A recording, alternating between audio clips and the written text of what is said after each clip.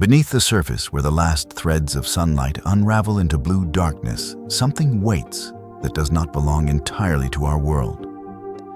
Its movements are fluid, deliberate, ghostly, an idea given flesh and suction. The octopus is more than an animal. It is a question wrapped in skin, a whisper from a time when intelligence evolved along a completely different path. Some scientists call it the closest thing we have to an alien on Earth, not because it came from the stars, but because it feels like it could have. Its blood runs blue with copper, not iron. Its pupils narrow into horizontal slits like a cosmic horizon.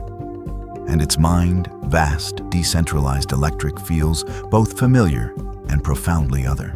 Now picture this creature drifting through coral labyrinths, the sand beneath shifting with ancient light. To truly know the octopus, we must unlearn how we define mind itself. Our brains are bound by bone and centralized command. Theirs are spread through the body like a living network. Every arm thinks for itself, tastes the world through touch, and remembers. It is as if the animal is both orchestra and conductor, harmony without hierarchy. When one arm curls into a shell to extract a crab, another explores a rock while yet another runs gentle fingers across the sea floor. Each limb has 100 million neurons, more than in a frog's entire body. Intelligence here does not reside in one place. It breathes through tissue like current through water. Scientists studying octopus behavior have watched them solve puzzles, unscrew jars, and escape enclosures designed to confine even the cleverest fish. But the real mystery begins when they act in ways that seem deliberate, mischievous even. Some octopuses have been seen turning jets of water toward aquarium lights to short out bulbs they dislike. Others memorize human faces, squirting only the keepers who annoy them. When we look into those eyes, dark marbles ringed by fire, it feels like something looks back. The question is not whether they think, but how. An octopus is a body made of thought, but that thought is not like ours. Its neurons shimmer through nerves that weave muscle into motion. The creature has no skeleton, no single shape, only possibility. It can pour itself through a hole the size of its own eye, spread into an umbrella of flesh, or shrink into the outline of a pebble. To watch one move is to watch logic dissolve. Where our bones limit us, theirs liberate. That freedom comes at a cost, a constant negotiation with gravity pressure and predators. Yet it also gives rise to artistry, an unbroken dance between liquid muscle and liquid mind. We know this fluidity is ancient. Cephalopods, the family to which the octopus belongs, have ruled the seas for over 500 million years. Their ancestors wore shells like armor, drifting through Paleozoic oceans. But somewhere in that long evolutionary script, the octopus took a risk. It abandoned protection for potential. It traded shell for shadow armor for agility, and began to rely not on hardness, but on awareness. Evolution seems to have rewarded that gamble, crafting one of nature's most flexible bodies and most intricate nervous systems. The octopus's skin is another enigma. Beneath its surface lies a living canvas of color cells, chromatophores, that expand and contract in response to neural commands. A thought becomes pattern in a fraction of a second. Fear flashes pale, anger burns red, curiosity blooms in copper and gold. To hide the octopus doesn't merely blend in, it becomes the background itself. Texture shifts, muscles ripple to imitate rock or coral, and eyes reposition to match the light. Some scientists call this camouflage, intelligence painted on skin. Others wonder whether it is more than disguise, perhaps emotion itself visible to the world. Every encounter with an octopus feels intimate, like eavesdropping on evolution's secret experiment. Its tentacles curl with a kind of grace that reminds us thought need not come from a skull. Its heartbeat slows when calm, quickens when threatened, and sometimes stops altogether when it vanishes behind a puff of ink. In that moment, you glimpse a paradox, an animal so soft it should not survive, yet so intelligent It can outwit nearly anything that hunts it. We still don't know how such complexity arose. No fossil shows the moment when soft intelligence replaced shell defense. Perhaps it happened in the silent depths where sight barely reaches where only the clever could thrive. Or perhaps the ocean itself, ever shifting, ever uncertain, shaped the octopus's body into a reflection of its moods. Fluid, adaptable, ungraspable, the sea keeps its secrets well. For every behavior we explain, another deepens the mystery. Why do some octopuses gather discarded coconut shells and carry them for later use? Why do they seem to decorate their dens with shells and stones, arranging them with apparent aesthetic care? The evidence is scattered but growing, and these are not simple instincts, but decisions, fragments of personality. Some are shy, others bold. Some attack cameras, others pose before them. One wonders if in some submerged way they too are curious about us. There is poetry in that thought, that consciousness, like water, might take many forms. Perhaps the octopus shows us not a reflection of humanity, but a parallel invention intelligence written in ink and muscle, instead of bone and language. Its world is not built on sound or sight, as ours is, but on pressure current and taste. It reads its surroundings through every inch of its skin, each arm, whispering sensory reports to a center that may not even care for hierarchy. In the octopus, mind and body are not separate, they are the same wave folding over itself. And as the creature drifts into the crevices of coral or the shadows of the abyss, we are left with an ancient riddle. What if thought itself is just a way the universe moves through matter? The octopus might not answer, but in its quiet intelligence, it teaches us that life's strangest designs are not mistakes, they are experiments still running. The ocean, after all, has had 500 million years to think. In the deep, where sunlight fades to cobalt dusk, the octopus begins to reveal the truth of its anatomy. A nervous system so unlike our own that it challenges the very meaning of mind. To most creatures, the brain is a central throne of command. But for the octopus, thought seeps outward, a distributed republic of neurons stitched through muscle and arm. 2/3 of its 500 million neurons lie not in the head, but in the limbs. Each arm can taste, feel, remember, and even decide without consulting the brain above. When an arm explores a crevice for prey, it does not await permission. It acts, and the rest of the body follows the rhythm it sets. Imagine thinking with your hands. Each fingertip making independent judgments, negotiating with the world directly, texture, pressure, resistance, then sending a subtle pulse back to your consciousness. That is the octopus's everyday existence. Scientists who have recorded the electrical impulses of octopus arms find patterns that resemble decision-making, not reflex. These arms are not simple instruments, but partial minds working in parallel like a networked system, 8 processors sharing one identity. Evolution seems to have created in the octopus the closest biological mirror to artificial intelligence, decentralized, adaptive, self-organizing. Its nervous system, suspended in soft tissue, blurs the boundaries between control and chaos. The main brain, nestled between its eyes, acts less like a commander and more like a conductor, orchestrating improvisations rather than issuing orders. Some neurobiologists have described it as embodied cognition. Made literal, the body is the mind. Every movement, flowing, sudden, deliberate, emerges from the conversation between brain and arms. And when it glides across the sand, it is not locomotion as we know it, but thought made visible, each limb predicting and adjusting in real time. The octopus does not move in straight lines. It ripples, reacts, revises. It has no bones to constrain it, no single rhythm to obey. One arm may reach backward, while another spirals forward, yet the creature glides as one cohesive will. This choreography is so smooth, it seems supernatural. Underwater cameras that slow motion to 1,000 frames per second reveal that its arms sense their own orientation, continuously adjusting with mathematical precision. There is no right or left, no front or back, only a shifting geometry of flesh, guided by memory and impulse. Even its skin contributes to awareness. Embedded across its surface are thousands of tiny receptors capable of detecting light texture and chemical signatures. In a sense, the octopus can see with its body. When light flickers overhead, chromatophores pulse reflexively, brightening or dimming in silent synchrony with the environment. These pigment sacs are controlled directly by neurons. There is no need for conscious thought.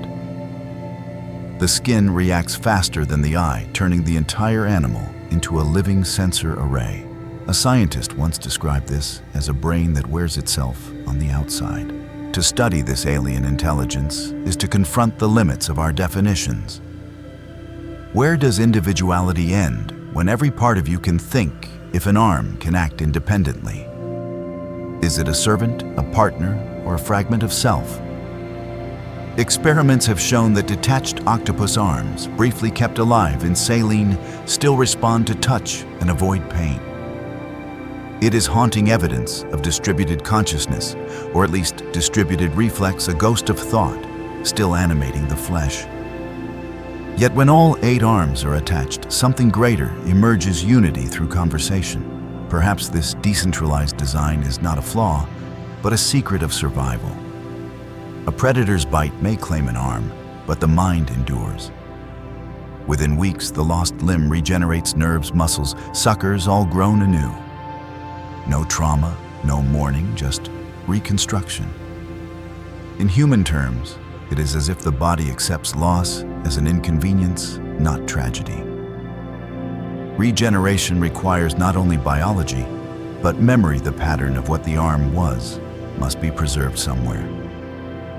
Scientists still search for where that blueprint resides, whether in the brain or dispersed through tissue.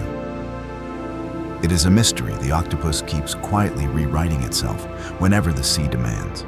Every sucker, hundreds per arm, functions like a fingertip, capable of suction, taste, and micro-movement. An adult octopus has around 2,000 of them, each able to rotate independently and apply precise pressure. They can identify species of prey by taste alone, even through shells. Watching one explore a jar or shell is like watching curiosity personified, each sucker probing, pausing, deciding, moving on. One might imagine this as chaos, but it is structured improvisation. Each limb reports sensory data, and the brain integrates the chorus into action. At rest, the octopus's movements slow into a serene ballet. Its arms drift like silk ribbons, in current gently tasting the water around them. When danger nears, those same ribbons coil into power springs ready to strike or vanish. A single thought can reverse direction, send all 8 arms spiraling into propulsion, or squeeze the entire body through a crevice the width of a coin. This flexibility is physics-defied, enabled by muscle fibers arranged in 3 dimensions, longitudinal, circular, and radial, forming what biologists call a muscular hydrostat. Pressure replaces bone. Elasticity replaces structure. The implications ripple far beyond the ocean. Engineers studying the octopus's control systems design soft robots that mimic its motion machines without joints or rigid frames capable of squeezing, gripping, flowing. Artificial intelligence researchers too study its neural decentralization, hoping to model distributed learning in networks that adapt locally before communicating globally, just as the octopus does.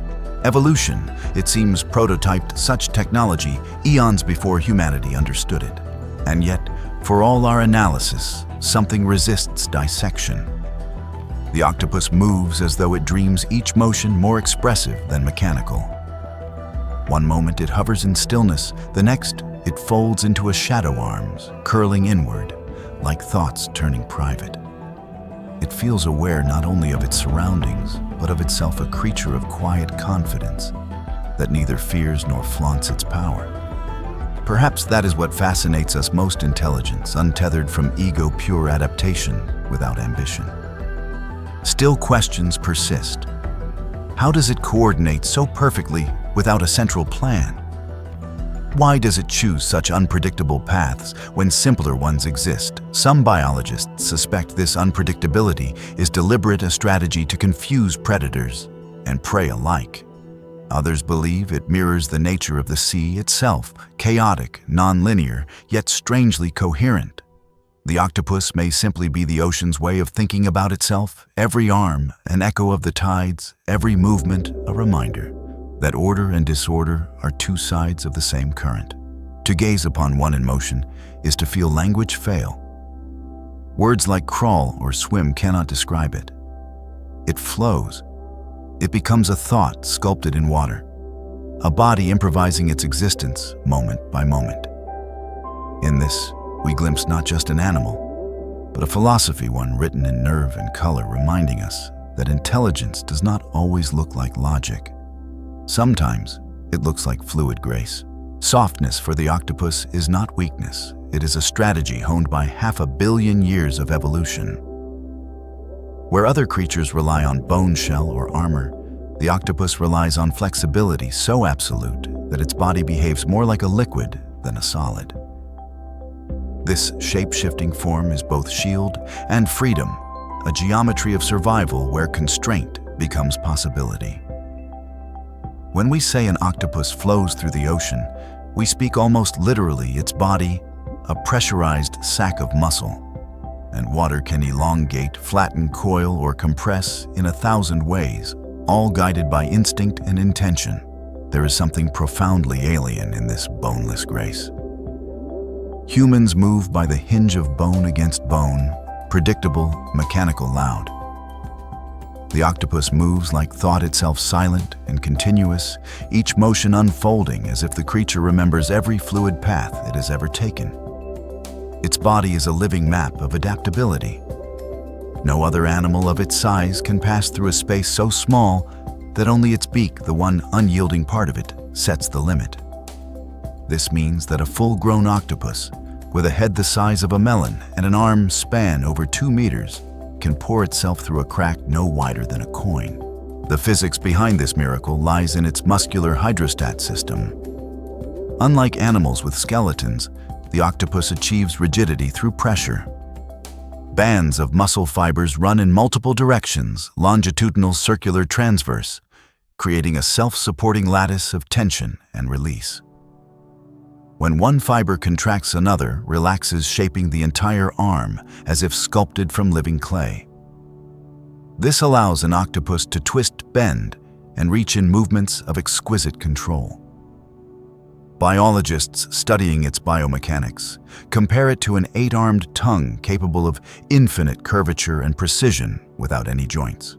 Even its skin, soft as velvet when touched, is a dynamic membrane woven with sensory neurons. It can detect the faintest vibration, the subtlest shift in current, the chemical taste of an approaching crab. Each arm acts as an explorer, each sucker as a sensor feeding a flood of information to the distributed brain. The body becomes both explorer and territory, feeling its way through the labyrinth of the sea. In this symphony of motion, no single command dominates. The intelligence flows like current through coral, always in motion, always adjusting. It is this soft intelligence that defines the octopus's genius for escape. Fishermen tell of them unscrewing lids, slipping from jars, and vanishing through drainage holes no one thought possible. In laboratories, they leave tanks during the night, crawl across floors, and slide into neighboring aquariums for midnight hunts, returning before morning as if nothing happened. Every escape is a lesson in physics and patience, flexibility meeting curiosity in a perfectly timed act of freedom. But flexibility has its dangers. Without bones, the octopus must constantly negotiate the forces of water pressure and its own internal balance. Too much compression and it risks rupturing delicate tissues. Too little tension and it loses control of motion. To manage this, its body maintains a near constant state of low-level muscle engagement, a subtle readiness that makes even rest look intentional. This perpetual dance between softness and control gives its movements that hypnotic quality somewhere between glide and pulse.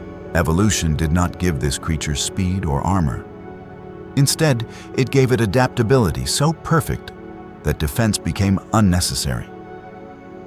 When threatened, the octopus doesn't merely flee, it disappears. Its soft body can flatten against the seafloor, matching the texture of coral or rock with breathtaking accuracy. In an instant, the softest creature in the ocean becomes invisible. It doesn't fight the environment. It becomes it. Scientists who study its camouflage note that the transformation begins not in thought, but in reflex. The eyes perceive pattern and light direction. The skin reacts before the brain interprets. Chromatophores' tiny sacs of pigment expand or contract under neural command, forming mosaics of color. Beneath them, iridophores and leucophores manipulate reflected light, creating iridescence and glow. Papillae, small muscular structures, reshape the skin's surface to mimic roughness or smoothness. The result is not just color change, it's full embodiment of place. When a predator approaches, the octopus may choose to flatten into a patch of mottled rock. When hunting, it might turn pale, mimicking sand to lure unsuspecting prey closer. Each adaptation is instantaneous, a dialogue between perception and response, faster than conscious thought. Researchers still debate whether this ability stems purely from neural reflex or if it hints at a deeper cognitive awareness, an understanding of self within an environment. The octopus, after all, seems to know when to hide and when to reveal. Its softness also allows for a unique form of communication. Two octopuses meeting on the reef may shift colors and textures in a silent conversation. A flash of white may mean aggression, a ripple of dark brown submission, a wave of undulation, perhaps curiosity or courtship.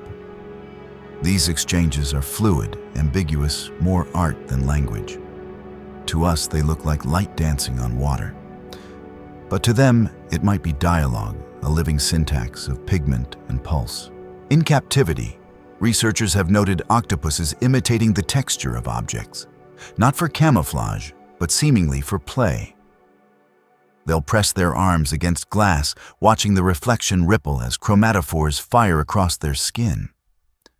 Some even mimic the texture of other creatures, urchins, flounders, even lionfish, an echo of the mimic octopus's genius. Whether this is instinct or experimentation, no one can say. But it feels somehow like curiosity taking shape. The paradox remains, how can something so fragile be so dominant in its realm? The answer may lie in the sea's own rules. Hardness breaks under pressure. Softness endures. In the crushing depths, armor shatters, but flexibility bends and returns. The octopus embodies that law perfectly. It survives not by resisting the world, but by yielding to it. Its softness becomes strength, its vulnerability the source of its resilience. When we watch it flow through a reef, slipping between coral spires like mist through stone, we are reminded that survival is not always a battle. It can also be a surrender. The octopus teaches us that in a world of edges, the shapeless has its own kind of power. And in that realization, we glimpse something deeper than biology, a philosophy written in water, moving to the rhythm of tides, whispering that to live is to adapt endlessly, gracefully, without fear of form. There are moments in the deep sea when even the predators pause, when the octopus vanishes before their eyes, leaving only the faint shimmer of disturbed water. It is not magic, but mastery, the art of disappearing. The octopus has no shell, no scales, no claws, yet it survives among sharks, eels, and cuttlefish through sheer ingenuity of disguise. Evolution sculpted its body into a living illusionist, a shapeshifter capable of rewriting its own appearance in the blink of an eye. To understand this transformation, one must first imagine the skin of the octopus, not as mere covering, but as an instrument, a symphony of light, color, and texture conducted by its mind. Embedded within that skin are millions of chromatophores, each a tiny sac of pigment, surrounded by muscles that can expand or contract with a neural impulse. When these muscles stretch the sac, it reveals color.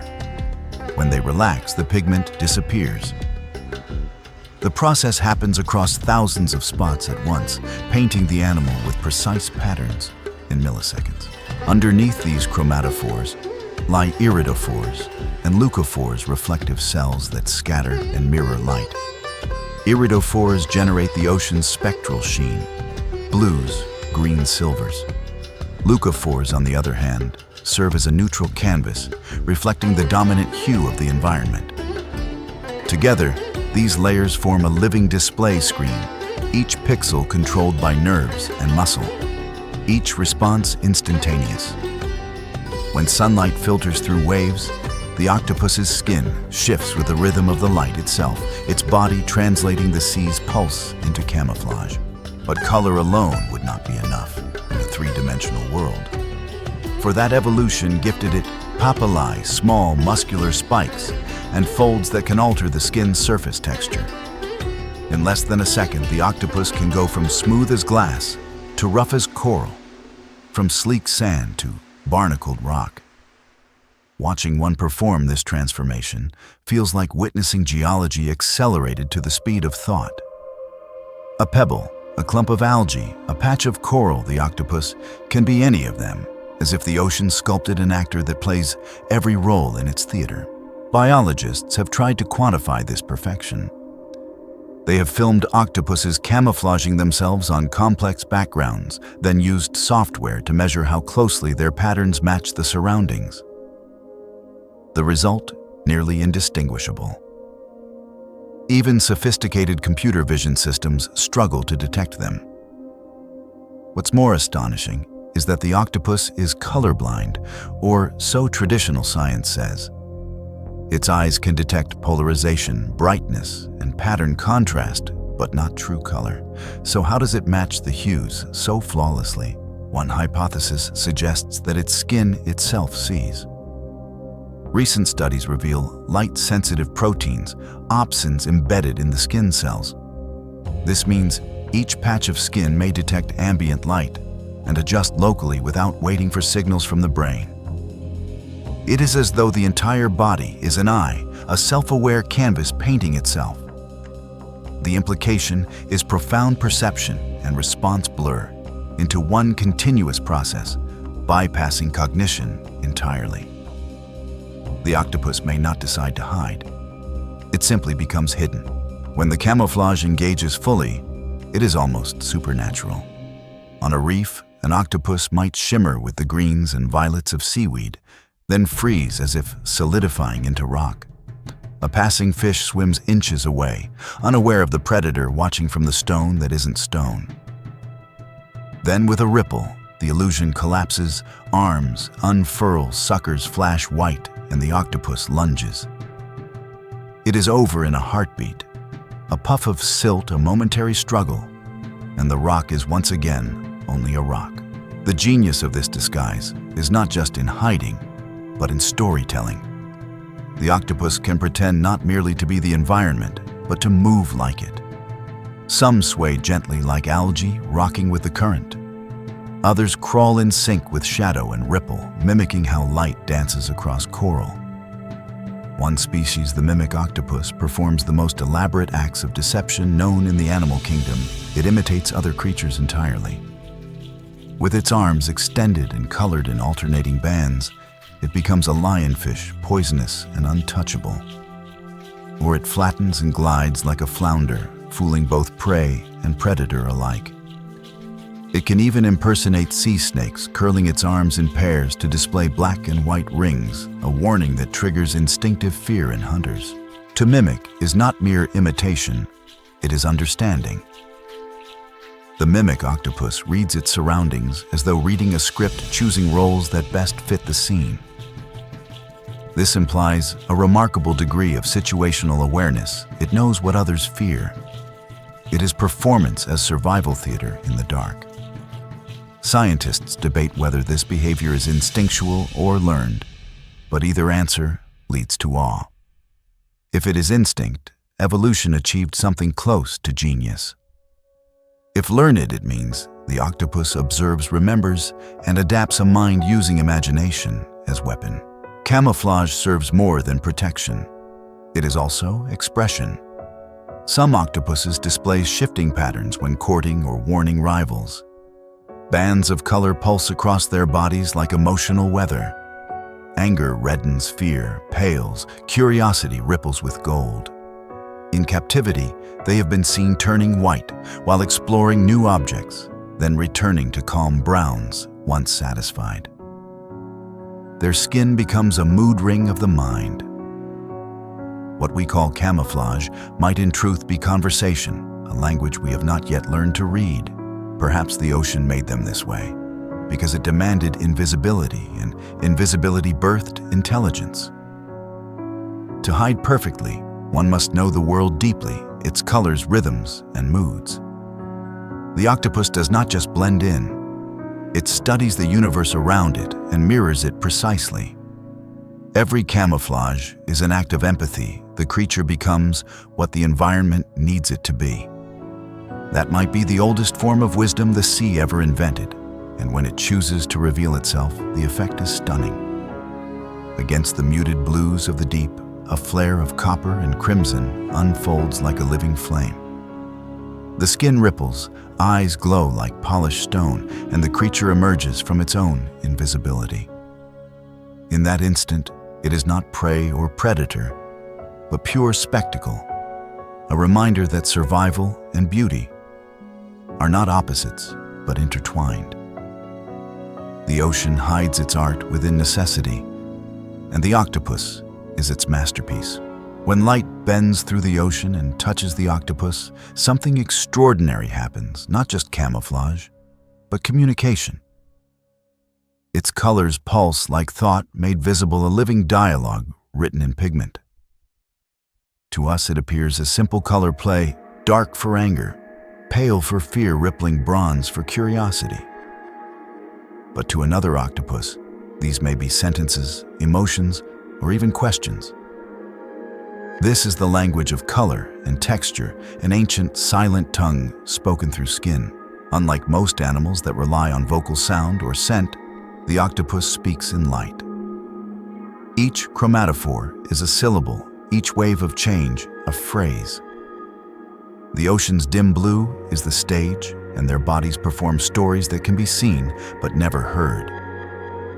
Scientists studying these displays have observed intricate shifts not only in hue but in rhythm. Certain sequences, rapid flashes followed by slow fades, repeat during specific encounters, courtship, threat, exploration. It hints at syntax, a grammar of motion and light. One researcher described it beautifully. Their skin is an emotion you can watch. Indeed, no other creature wears its feelings so literally. When startled, color drains in a heartbeat. When calm, patterns return like a gentle breath. When excited, chromatophores ripple outward in waves that look eerily like heartbeat patterns spreading through flesh. Even the papillae, the raised bumps that mimic texture, join this performance, adding dimension to every message. An octopus can blush, shiver, or whisper simply by changing how it feels. We may never truly decode these displays, but we can sense their intention. Two octopuses meeting on a reef rarely fight without warning. First, they posture, one darkens another, pales, both shifting tones in negotiation. Sometimes they de-escalate. The colors soften, bodies loosen. Other times, tension builds until one darts away. It is conflict resolved not by violence, but by light. A dialogue older than speech. This visual eloquence reaches its peak during courtship.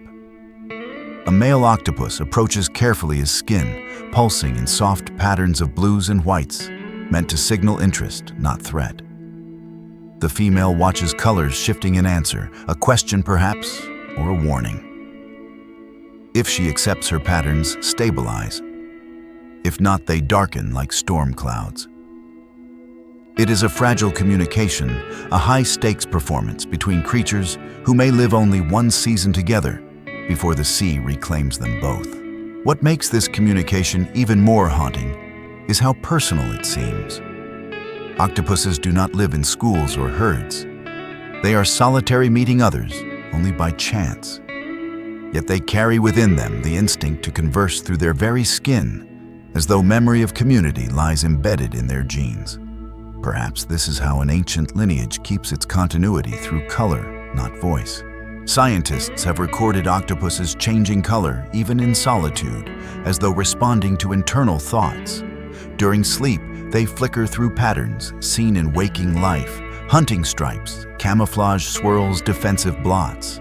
This has led researchers to speculate that they may dream replaying experiences in bursts of color.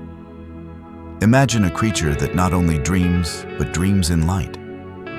The ocean darkens around it, and its skin glows faintly with the ghosts of memory, an inner world painted across its surface. If that is true, it means emotion in the octopus is not hidden, but externalized. Where humans feel within octopuses, feel outwardly. Their consciousness, if we can call it that, leaks into the world as visible change.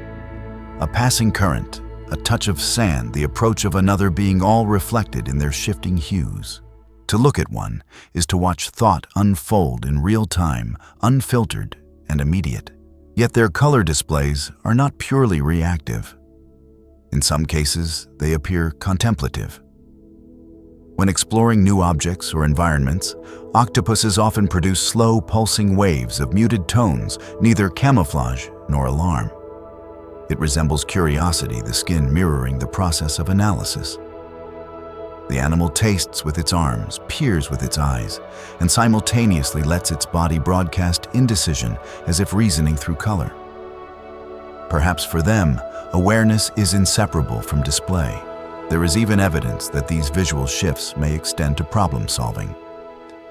In controlled experiments, octopuses have been observed flashing distinct color sequences before manipulating tools or solving puzzles. It's as though they think out loud in color, a form of externalized cognition. For humans, thought is internal and silent. For them, it is visible and fluid, a ripple through the body's nervous tide. Still, some mysteries refuse to yield. If octopuses are colorblind, as most evidence suggests, how do they perceive their own displays? They may sense the light contrast, the polarization of reflection, or the texture shift beneath the skin. Perhaps they don't see color as we do at all, but feel it as synesthetic awareness where light, pressure, and nerve combine into sensation. To us, color is a surface. To them, it might be a sense of self. The language of the octopus then may not be about meaning in the human sense, but resonance. It is not "I am afraid," but a state of being that radiates outward fear, becoming pattern, curiosity, becoming shimmer. The body as sentence, the sea as grammar. Communication not to inform, but to belong.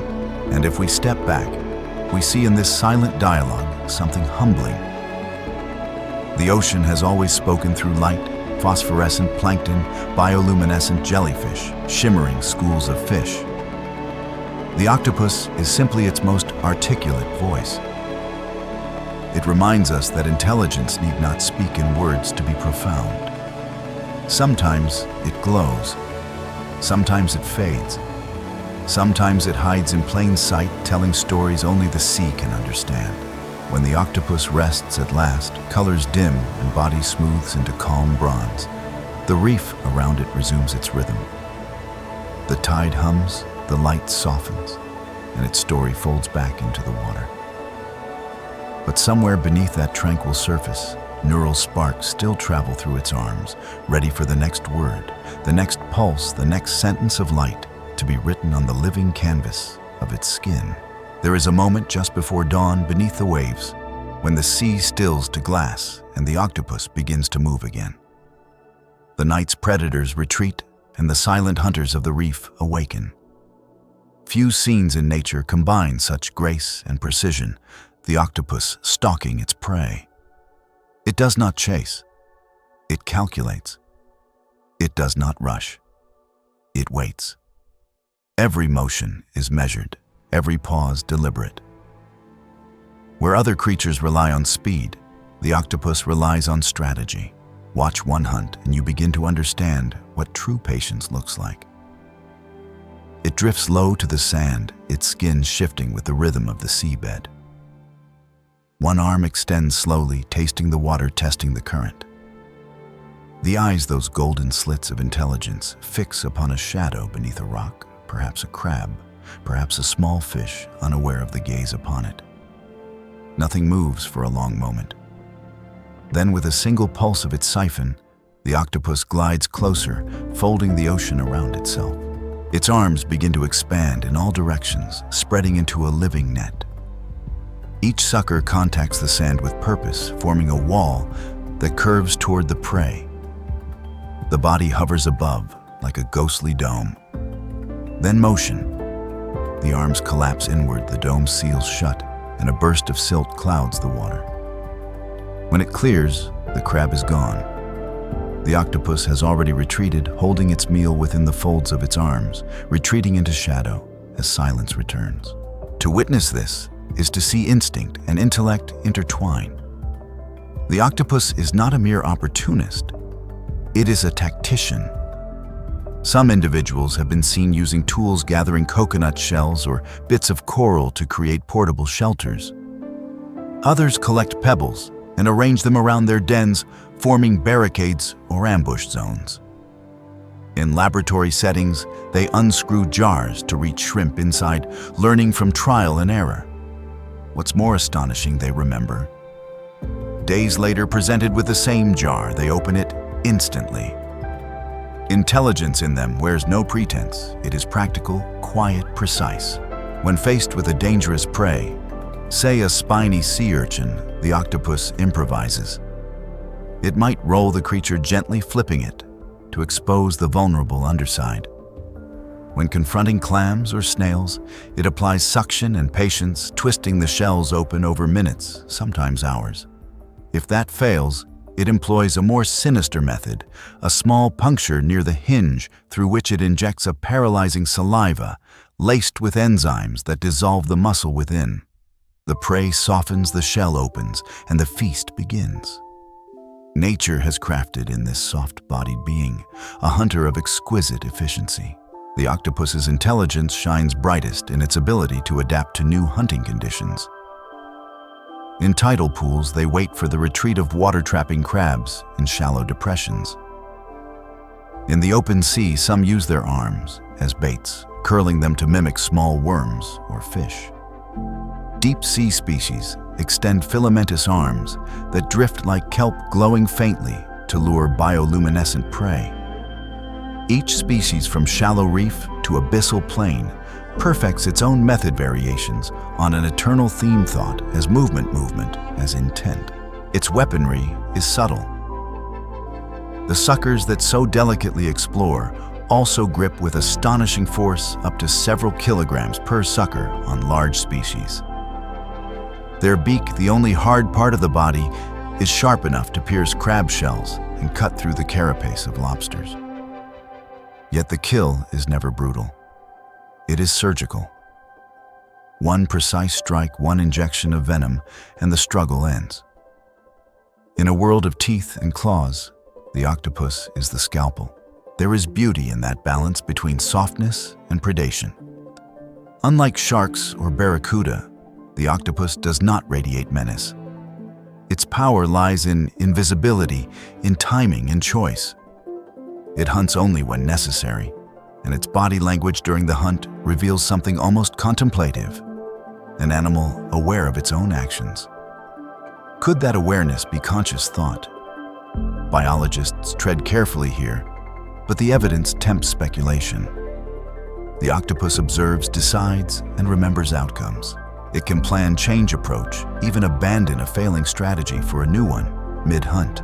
These are not reflexes, they are decisions. In captivity, they demonstrate this cunning again and again.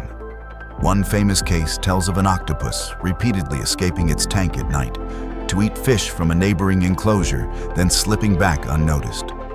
When keepers installed cameras, they found it studying their movements, learning feeding schedules, and waiting for darkness before making its move. Others have been observed aiming jets of water at specific targets, knocking lights out, or discouraging unwanted attention. It is not just intelligence, it is intent wrapped in playfulness. Such minds seem out of place in the ocean's hierarchy. Here is a creature that lives barely a year or two, yet displays problem-solving skills rivaling mammals that live decades. Why would evolution grant such fleeting brilliance? One theory suggests it's compensation. With short lives and soft bodies, they need rapid learning to survive, even a single season. Another idea dives deeper. Perhaps intelligence itself was inevitable for any being that abandoned armor. Vulnerability demanded wit. Awareness became weapon. The octopus's hunting techniques extend even into self-defense. When threatened, it deploys ink not as a simple smokescreen, but as a chemical weapon. The dark cloud hides its retreat, while the ink's compounds dull a predator's senses. Sometimes the octopus leaves behind a pseudomorph, a shape of ink mimicking its own form, drifting just long enough to draw pursuit, while the real body slips away unseen. It's the ocean's version of misdirection, as refined as any magician's trick, and when all else fails, it vanishes completely. Muscles flatten, chromatophores adjust, papillae rise. The creature becomes coral stone or sand. The hunter turns ghost, fading into the scenery. There is no sound, no ripple, no farewell, only absence. It is the art of nothingness, mastered to perfection. To the casual diver, the reef may seem quiet, barren of movement. But somewhere, among the corals, eyes the color of amber watch. A mind measures distance and shadow. An arm flexes, the world holds its breath. The sea is never still when the octopus is near. It merely pretends. For beneath every rock, behind every fold of coral, there may wait a thought shaped like water patient, as eternity waiting for one perfect moment to strike. When darkness folds over the reef and the tide hums low, the octopus finds stillness. Its arms coil loosely beneath it, skin pale and calm, chromatophores dimmed like lanterns at rest. The great hunter sleeps, or so we think. For even in this quiet, its body continues to shimmer, slow ripples of color drifting across its surface, like dreams passing beneath the skin. Scientists watching through red lights have seen it change from pale to storm dark, from coral spotted to striped, as if the creature were replaying the day's memories in patterns of light. What does an octopus dream? The question sounds poetic, yet it has drawn serious inquiry. In recent years, marine biologists have studied the sleep cycles of these animals, noting clear signs of two distinct phases: quiet rest and active sleep.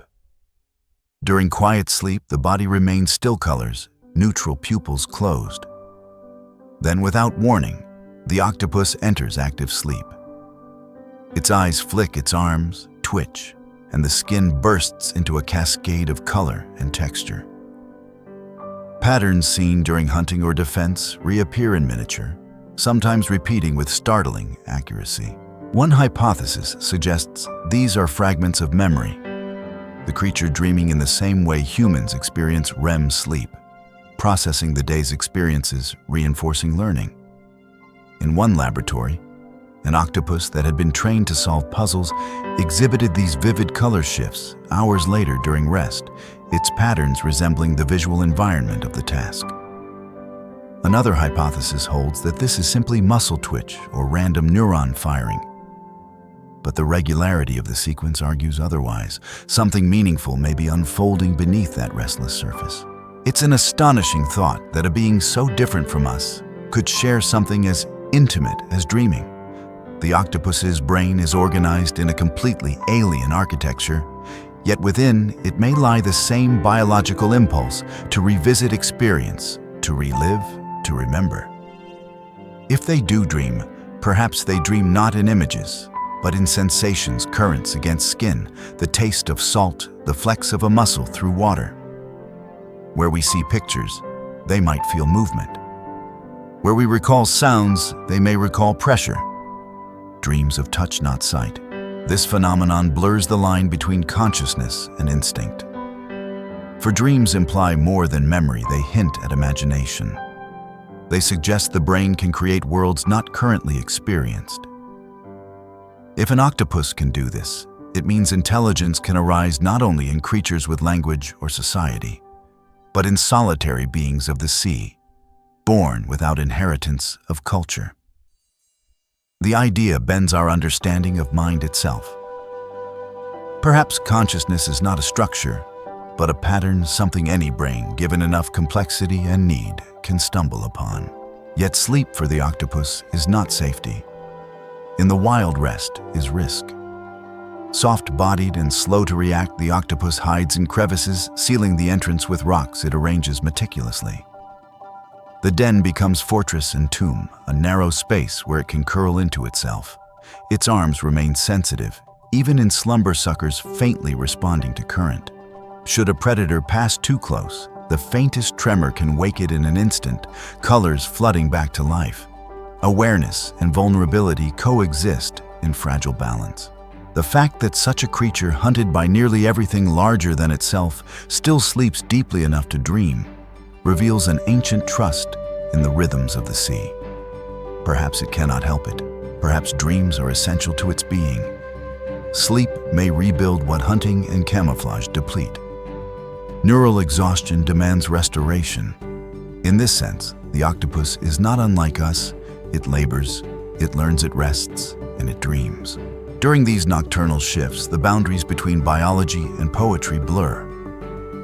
Imagine drifting near one in a darkened tank, or through a coral cave, your dive light dimmed. The animal hangs, suspended weightless, its body glowing faintly with pastel hues that bloom and fade. Its eyes remain half shut, but its colors dance as if reacting to unseen tides. It is like watching thought itself take visible form, a mind painting its own unconscious across flesh. Some marine ethologists propose that these sleep displays might even serve a hidden function rehearsal. The octopus may be practicing behaviors subconsciously reinforcing neural pathways needed for hunting, escaping, or communication. Just as human infants replay facial movements during sleep to strengthen muscle memory, octopus embryos inside their eggs have been observed pulsing colors before hatching, perhaps dreaming, before ever seeing light. Life itself, rehearsing for the sea. If true, this would mean that the octopus's first experience of the world is not awakening, but dreaming. Before touch, before taste, before fear, there is color moving in the dark, a private storm of pattern within the egg's transparent shell. When the hatchling finally emerges, its skin already knows how to speak the language of light. Instinct encoded and rehearsed in sleep becomes the foundation of intelligence. What fascinates scientists most is that despite these similarities to vertebrate dreaming, then the octopus's lineage diverged from ours more than 500 million years ago. We share no common ancestor with anything like a complex brain, which means if the octopus truly dreams, then dreaming evolved twice, once on land, once in the sea. Two separate experiments in the evolution of consciousness, both arriving at the same mysterious behavior inner worlds that replay the outer. What does that tell us about mind? That it may be as inevitable as life itself. Where neurons gather and experience accumulates, dreams may bloom like coral after rain, spontaneous, delicate, necessary. The octopus in this way becomes not only a creature of intelligence, but a mirror of cognition's essence. When morning comes, its colors fade back to still bronze. The animal unfurls from its rest arms, stretching like ribbons in sunlight. Its eyes open wide, unclouded, ancient. Perhaps it remembers nothing. Perhaps it remembers everything. Either way, the reef comes alive again, and the dreamer dissolves back into the waking sea. The surface glitters above, unaware that somewhere below, a creature has just awakened from a world we will never see. In the life of an octopus, every beginning hides an ending. The sea gives it brilliance, but only for a moment, a brief flare of mind before the tide takes it back. No chapter of its story is more heartbreaking or more haunting than the one that begins with love. For in this world beneath the waves, reproduction is not renewal, but surrender. The act that ensures the next generation also signals the final breath of the one before. The octopus lives fast, loves once, and dies. When the season comes, the male searches for a mate with quiet urgency. His colors shift from mottled camouflage to pale silver and white soft hues that mark both attraction and vulnerability. He moves cautiously, arms extended every motion, careful not to provoke. The female he approaches is often larger, her den guarded with wary grace. If she accepts him, she does so on her own terms. For in the ocean, a wrong move can mean death. The female's hunger sometimes overcomes her restraint. Courtship is not passion here. It is negotiation between two solitary intelligences bound by instinct and risk. The male extends a special arm, the Octopuses, a modified limb designed to transfer spermatophores. He reaches delicately toward her, inserting the arm near the mantle cavity where fertilization occurs. There is no frenzy, no struggle, only stillness. A communion so slow that the water itself seems to hold its breath. For minutes, sometimes hours, they remain intertwined, silent, under the rippling blue. And when it is done, they part knowing that this act has set the clock ticking toward the end of both their lives. Soon after, the male begins to fade. His appetite diminishes, his body weakens. Within days or weeks, he drifts listlessly through the water movements, uncoordinated, as if confusion has taken hold. His once luminous eyes dull. Scientists call this decline senescence, a programmed death written into the octopus's biology. The brain releases chemical signals that suppress feeding and trigger self-destruction. It is not sickness, but a sequence. The male wastes away, quietly dissolving back into the sea he came from. For the female, the tragedy is longer and deeper. After mating, she retreats to her den, a hidden hollow in coral or stone. There she lays thousands of eggs, tiny translucent orbs strung in delicate chains like underwater chandeliers. Each one is a promise, a fragment of her fading vitality. She tends to them, obsessively cleaning, guarding, fanning currents of oxygen-rich water to keep them alive. During this time, she refuses to eat.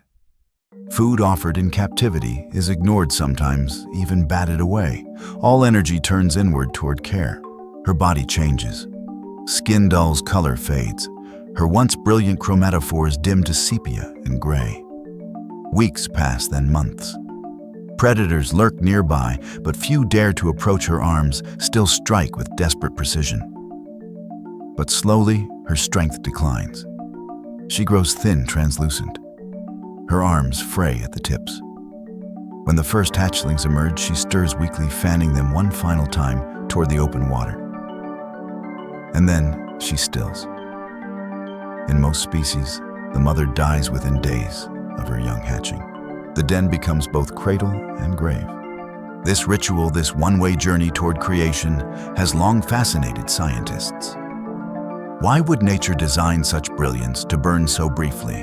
Why must an intelligence so advanced vanish with every generation, rather than pass knowledge on? The answer may lie in energy. To sustain a mind as demanding as the octopus, and to nurture thousands of offspring, the body cannot afford both survival and reproduction. Evolution made a trade life intense and brief rather than slow and dull. Yet some mysteries remain. In rare cases, females have been observed living for months after their eggs hatch, longer than expected, almost as if something disrupted the death sequence. In laboratory studies, when scientists surgically removed the optic gland, the organ that triggers senescence, the mother revived. She began eating again, exploring her environment as if reborn. It was as though death itself had been a chemical illusion, not necessity. This discovery raises questions about the nature of aging. and will not only in octopuses, but in life itself. If death can be delayed by a single gland, then life may not end because it must, but because it is told to. The symbolism is almost unbearable. The octopus creature of unmatched intelligence and grace, undone by its own biology.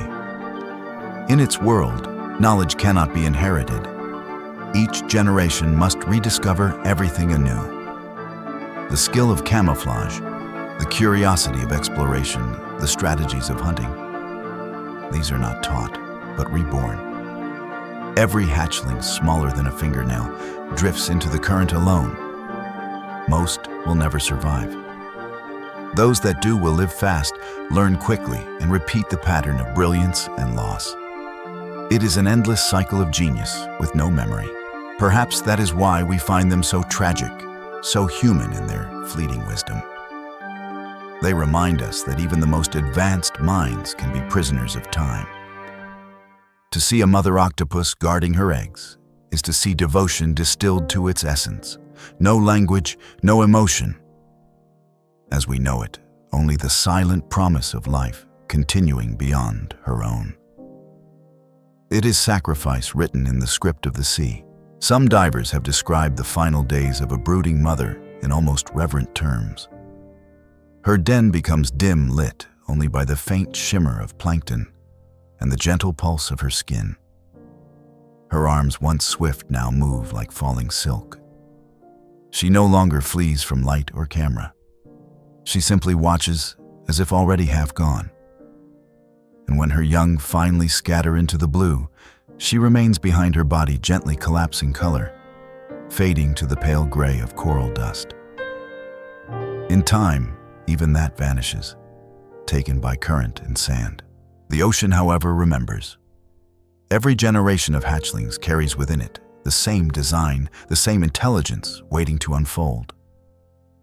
In that sense, the octopus never truly dies. It dissolves it, divides it, dreams itself forward. Life here does not cling, it releases. The sea, vast and indifferent, keeps the rhythm's steady birth brilliance, death renewal. And somewhere in that eternal pattern, the spirit of the octopus endures soft thinking, transient, and utterly magnificent. Long before the octopus became the ocean's ghost of intelligence, its ancestors wore shells. The lineage stretches deep into prehistory through strata of ancient seabeds, where the first cephalopods, those head-footed beings, roamed the primeval waters. Imagine the world then, the Ordovician seas, 480 million years ago, heavy with plankton bloom and armored life. Among trilobites and early fish, there drifted creatures encased in conical shells, nautiloid precursors of the modern octopus. They floated upright, jetting backward by expelling water through siphons, their eyes crude, their arms short and few. But inside those primitive forms, evolution was already plotting an escape from armor toward awareness. The story of the octopus begins as a story of letting go. For eons, its ancestors relied on shells as protection. Yet the ocean favors change, not comfort. Those who shed their armor gained freedom of movement. Those who dared to be soft could slip through cracks, hunt in ways the rigid could not. Around 300 million years ago, one branch of the cephalopod family began to abandon the hard shell entirely. The ammonites and nautiluses kept theirs, but the lineage that would birth the octopus chose vulnerability.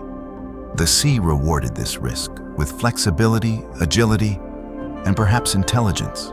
Freed from its calcified prison, the early octopus explored new dimensions of survival.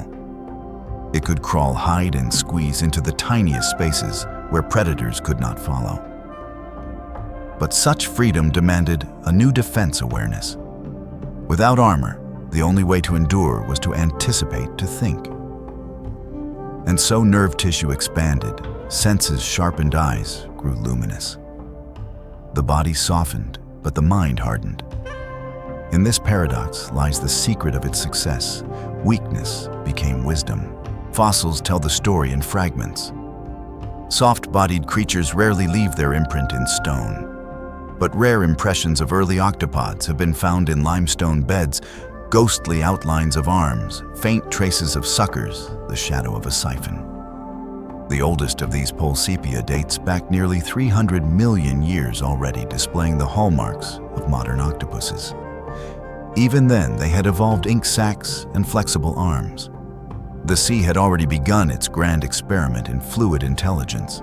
The leap from armored nautiloid to boneless thinker represents one of evolution's most radical transformations.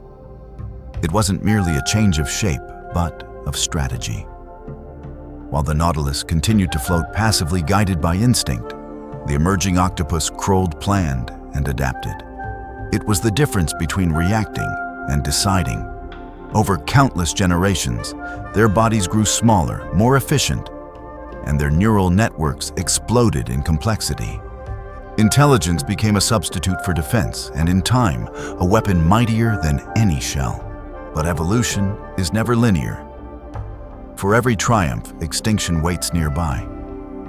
During the Great Permian die-off, when 90% of marine species vanished, the ancestors of the octopus survived barely. Their flexibility saved them once again. They could retreat to the depths, endure changes in oxygen temperature and chemistry. The ocean in turmoil demanded resilience, and the soft thrived where the hard broke. It is a lesson the sea repeats often: the adaptable endure, even when the armored fall. By the Cretaceous period, their relatives, the ammonites, still bore beautiful spiral shells crowding the seas in dazzling numbers. But when the asteroid struck and the world burned, they disappeared forever. Only the naked ones, those who had already abandoned armor, remained. From those survivors came the modern octopus cuttlefish and squid, inheritors of an empire, built not on hardness, but on awareness. Each adaptation tells a story of improvisation. The octopus's arms multiplied to 8, an evolutionary optimization of symmetry and control. Its beak, a remnant of the ancient mouth, hardened into chitin to pierce prey. The ink sac, once used to eject waste, evolved into a sophisticated escape tool. Even its eyes, those deep, horizontal pupils that seem to see into you, arose independently from vertebrate eyes. A case of convergent evolution, so perfect that a human eye and an octopus eye, though separated by hundreds of millions of years, share nearly identical structures. It is as if nature, given the same challenge, drew the same solution twice. The resemblance between their eyes and ours tempts metaphor. Both species gaze at the world with lenses focused on curiosity, yet the meaning behind that gaze diverges. For humans, sight is often a way of naming, claiming, knowing. For the octopus, it is a way of feeling. Their eyes do not just record light, they interpret it in gradients of movement and shadow, like a painter reading a tide. Their pupils shape an uncanny slit that expands horizontally, enhances this. They perceive contrast and polarization, detecting subtle cues invisible to us. To them, the world is not static color, but kinetic shimmer, every motion a language of intent. Evolution gave them not only sight, but subtlety. The earliest fossil records show that the octopus's ancestors already possessed a form of camouflage. The chromatophores, those miraculous pigment cells, likely began as simple light sensors. Over time, they became instruments of deception and art. The journey from shell to skin mirrors, the journey from defense to dialogue, the body itself becoming voice, mirror, and mask. This transformation shaped more than biology, it reshaped behavior. Freed from rigid casing, the octopus could now manipulate the world. Early forms learned to grasp, to feel, to explore. Touch became intelligence. Each sucker, an independent fingertip capable of taste, provided direct feedback from the environment. Over generations, that tactile information sculpted the brain, forging neural maps as intricate as any mammal's. The octopus didn't evolve from armor. It evolved toward awareness. And so across epochs, the creature we know today emerged a lineage of ghosts who traded permanence for perception. When we look at a modern octopus gliding through coral, we are witnessing 500 million years of experimentation, distilled into a single form. The softness of its body is the echo of ancient surrender. Its eyes, the fossils of lost seas. Its intelligence, the proof that vulnerability can breed complexity. The deep still holds reminders of its ancestry. The chambered nautilus, its distant cousin, drifts through the Indo-Pacific like a time capsule, a spiral memory of what the octopus once was. Inside that shell lives a creature simpler, slower, untouched by the pressures of modern adaptation. The octopus, meanwhile, abandoned the past entirely. It chose to move forward, to change endlessly. Perhaps that is why it feels so otherworldly. It embodies evolution's most daring idea that survival is not to endure what you are, but to become what you need to be. Every movement of the modern octopus is a quiet echo of that choice. When it bends and reforms, it is reenacting the moment its ancestors shed their shells. Every act of camouflage, every flash of intelligence is evolution, remembering its courage. And in that memory lies the story of life itself, a reminder that progress sometimes demands letting go of everything that once kept you safe. In the quiet glow of laboratory tanks and the endless blue of open water, the octopus reveals its true brilliance, not as predator or mimic, but as problem solver. It is in these moments of deliberate curiosity that we see the mind behind the motion, the thinker behind the camouflage. The octopus does not simply react to its world. It manipulates it, rearranges it, tests it the way a scientist might experiment. This is the ocean's tinkerer, the puzzle solver of the deep. One of the earliest proofs of its intelligence came from a simple challenge. In aquariums, researchers placed food inside sealed glass jars. At first, the octopus touched, tugged, tasted. It explored the shape of the barrier suckers gliding across the smooth surface. Then it began to twist. Minutes passed, sometimes hours. And then, with precision and patience, it unscrewed the lid, reached inside, and claimed its reward. Over repeated trials, the octopus learned faster, anticipating the thread of the lid, rotating it the right way every time it remembered. Memory is a rare and powerful thing in the ocean. Many fish forget within moments, but the octopus remembers days, even weeks later. It recalls locations, shapes, and tasks. When scientists rearranged objects in their tanks, the animals reacted with irritation, sometimes even apparent suspicion. They seemed to know when their world had been altered. It is as if the ocean gave them not only perception, but expectation, the beginnings of thought about what should be. Stories from aquariums border on legend. An octopus named Inky in New Zealand once slipped through a small gap in his enclosure, slid across the floor at night, and squeezed down a drain pipe that led directly to the sea. Another Otto in Germany learned to squirt water at lights, to short-circuit them, creating darkness when the brightness annoyed him. In some labs, individuals recognize the faces of their caretakers, greeting one and rejecting another. They have preferences, moods, even grudges, and yet they live alone. There is no school to teach them, no parent to guide them. Every octopus discovers its world from scratch, building its own knowledge through exploration. They are self-educated minds. That independence may be the truest measure of their intelligence, an ability to learn not from others, but from experience itself. To see one at work is to watch curiosity made flesh. It gathers shells, arranges stones, opens clams, experiments with objects it cannot eat. Sometimes it plays.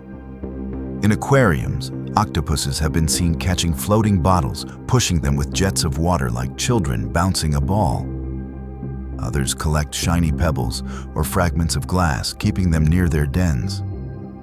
Whether these acts have purpose or simply delight, no one knows. But the impulse to explore, to manipulate for its own sake, feels almost human.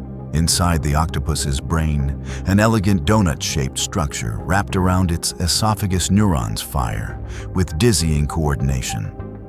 Information flows not downward from command, but outward like a tide. Each arm processes input locally, sending only summaries back to the central brain. This architecture mirrors the internet more than any vertebrate nervous system, decentralized, adaptive, fault-tolerant. When one limb is damaged, others compensate instantly, adjusting movement without conscious control. It is cognition as collaboration, a model engineers still struggle to emulate. Cognitive scientists have tried to quantify the octopus's intelligence through mazes and puzzles, but its mind defies measurement. Unlike trained animals that repeat learned behaviors for reward, the octopus often grows bored. Once it masters a task, it abandons it, ignoring further tests. Some even dismantle experimental setups, pulling apart sensors or unscrewing fixtures as if critiquing the experiment itself. Its curiosity is not bound to utility. It is exploratory for its own satisfaction. Such behavior hints at self-awareness. In controlled mirrors tests, some octopuses reacted in ways suggesting recognition. They touched marks on their bodies only visible in the reflection, as if aware the image corresponded to themselves. Others showed interest, examining their reflections, changing color, and performing small motions, as though testing the boundary between self and image. It is not definitive proof, but it raises an unsettling thought. In the depths, then there may exist a consciousness that knows itself. Their playfulness deepens the enigma. Divers report wild octopuses interacting freely, grabbing cameras, stealing equipment, then returning it after a tease. In captivity, some craft jets of water aimed precisely at objects outside their tanks, demonstrating calculation of distance and trajectory. They seem to enjoy cause and effect, like children discovering physics. Play in biology is luxury. It exists only when the mind is rich enough to spare time for wonder. The octopus's learning style also fascinates neuroscientists. It can learn by watching. In one experiment, an untrained octopus observed another opening a container to retrieve food. Within minutes, it replicated the behavior perfectly, suggesting imitation, a trait once thought limited to vertebrates. This capacity for observational learning implies not just intelligence, but social cognition, a mind able to model another's actions internally. Even the way it explores reveals intent. Its arms do not move randomly. They act like questions searching for answers. Each sucker samples texture and taste, sending back streams of data. The central brain integrates these into maps of experience, updating its internal model of the environment. In this sense, the octopus doesn't merely live in the sea, it studies it. Every touch is hypothesis, every movement experiment. To imagine how the world feels to such a creature is to glimpse an alien form of knowing.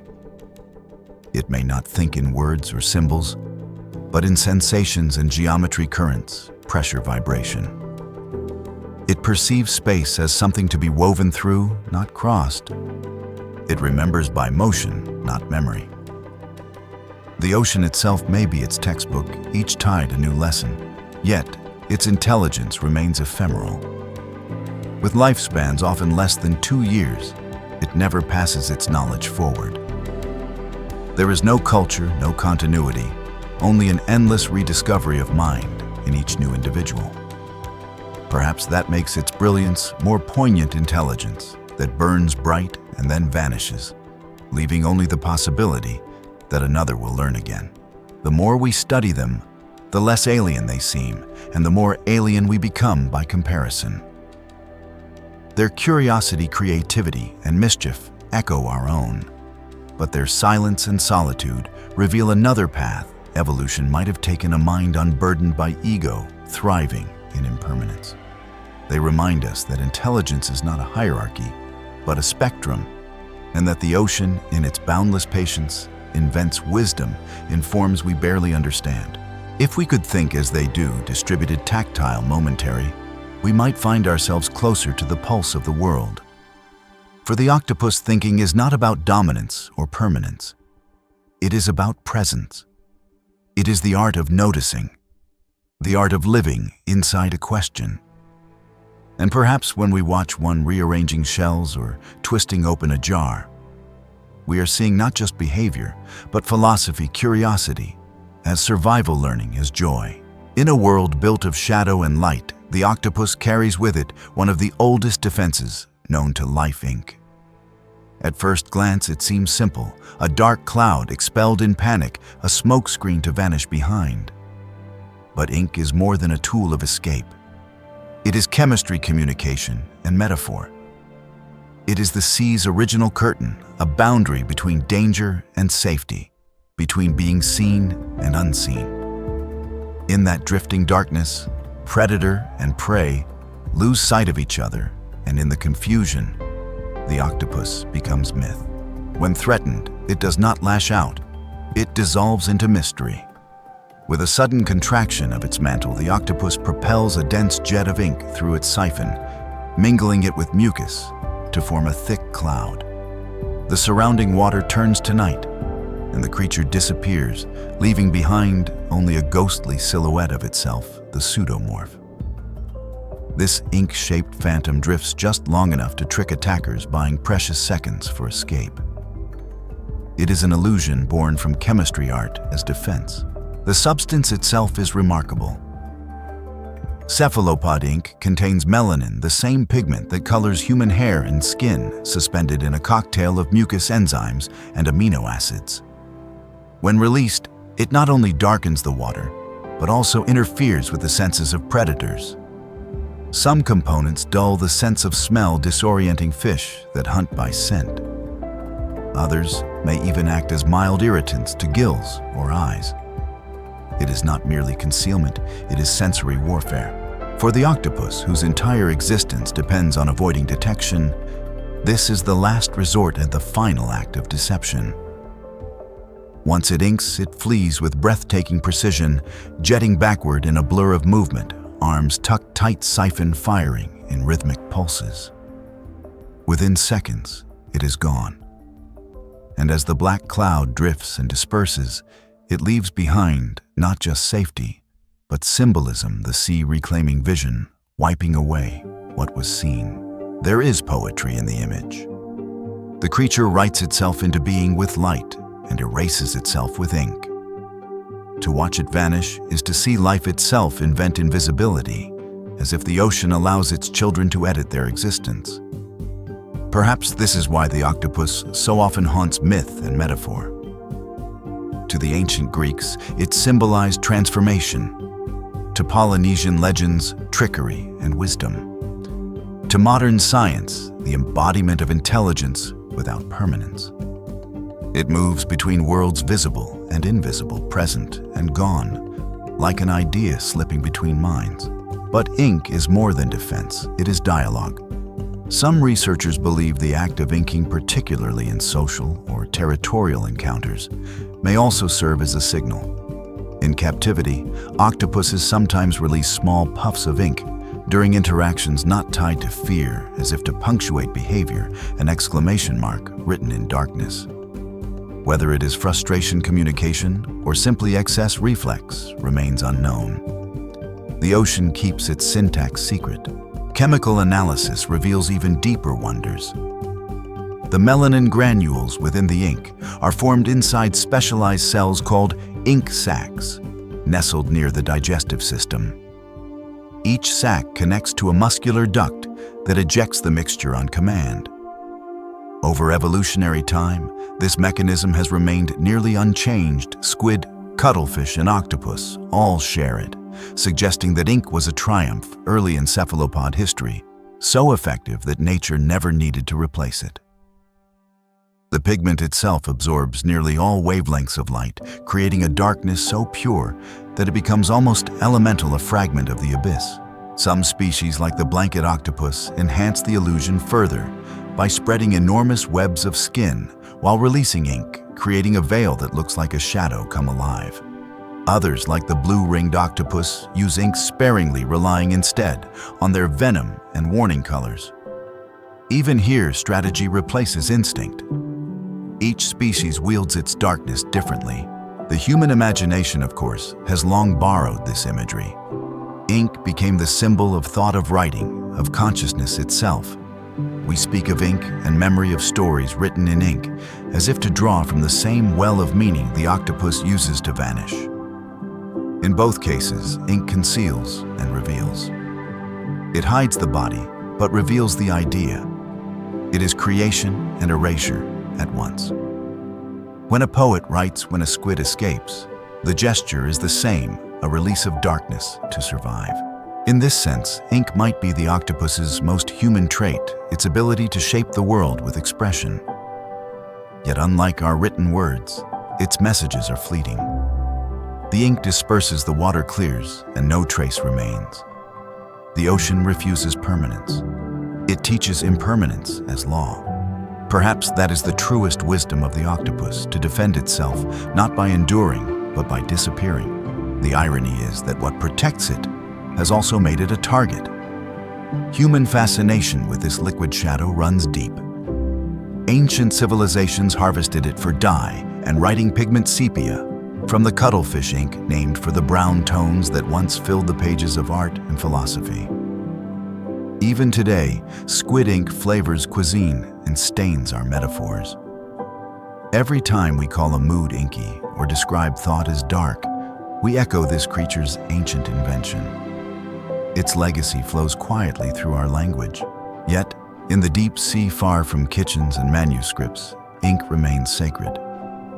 It is the only defense that turns weakness into magic. It allows the soft to deceive the strong, the fragile, to command the vast. A puff of darkness and the balance resets. The predator loses its certainty, and the hunted becomes invisible once more. When the octopus returns to calm its colors, resume its pulse slows, and the water clears.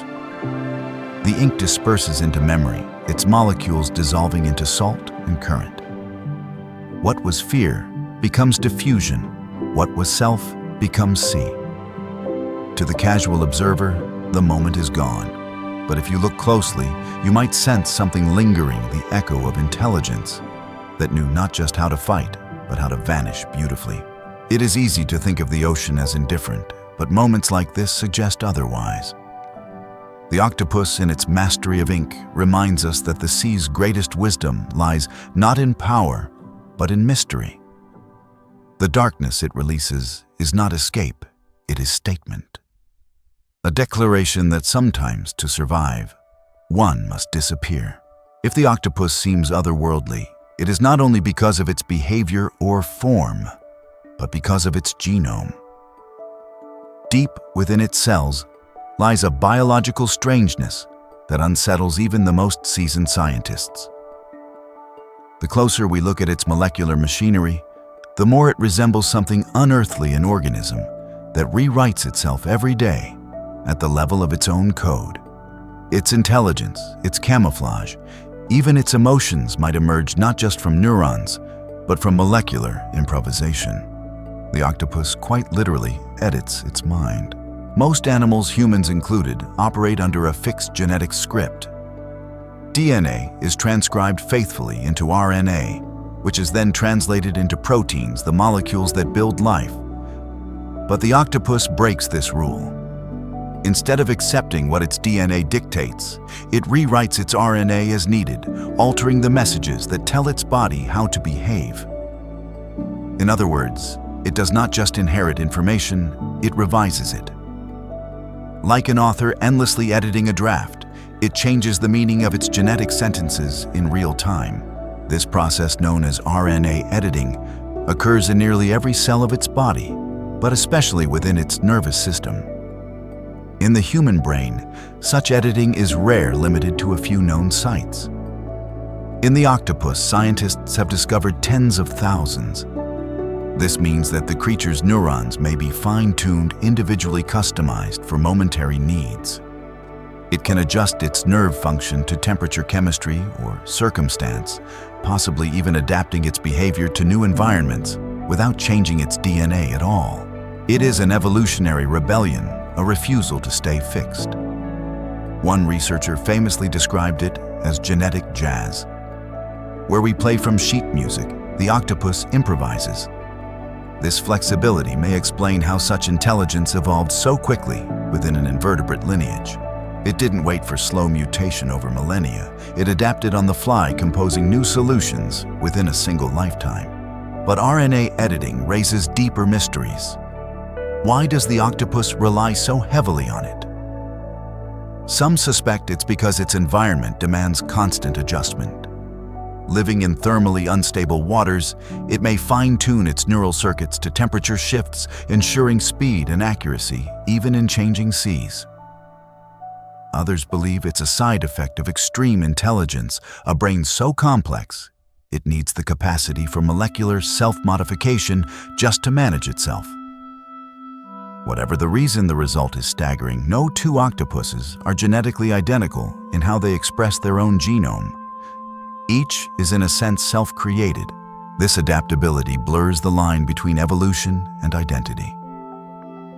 If the octopus can rewrite its biological instructions at will, then what defines itself? Perhaps individuality in the ocean is less about memory or mind, and more about molecular choice.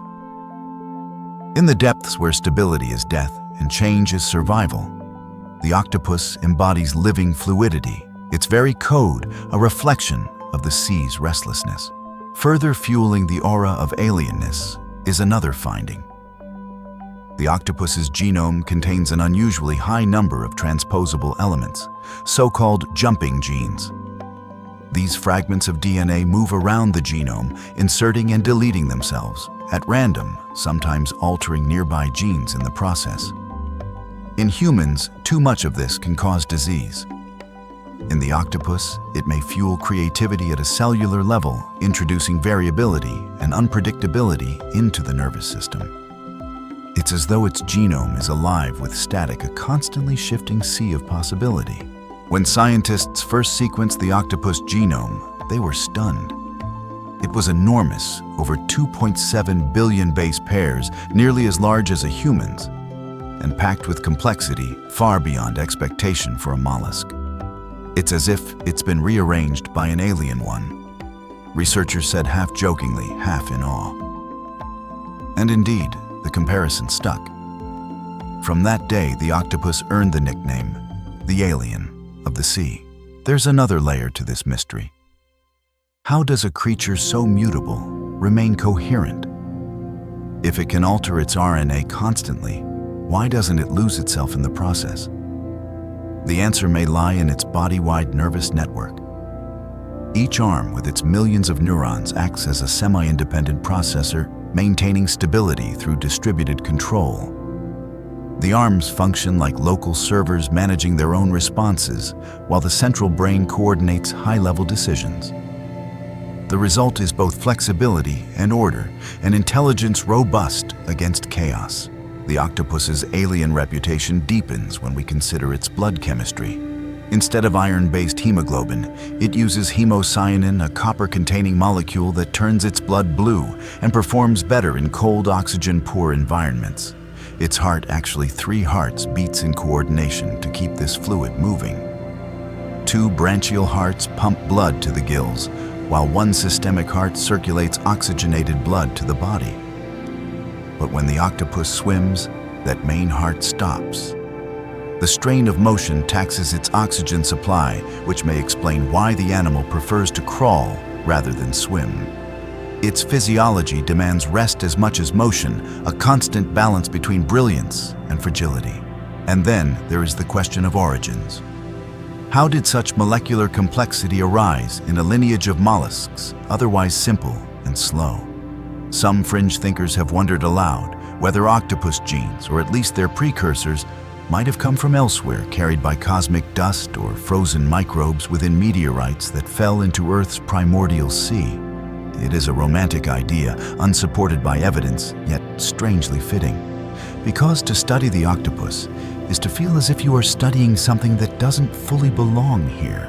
Still, the truth is likely more beautiful than the myth. The octopus is no alien visitor. It is Earth's own experiment pushed to an extreme. Nature, through eons of trial, discovered that fluidity itself could think that adaptability could become awareness.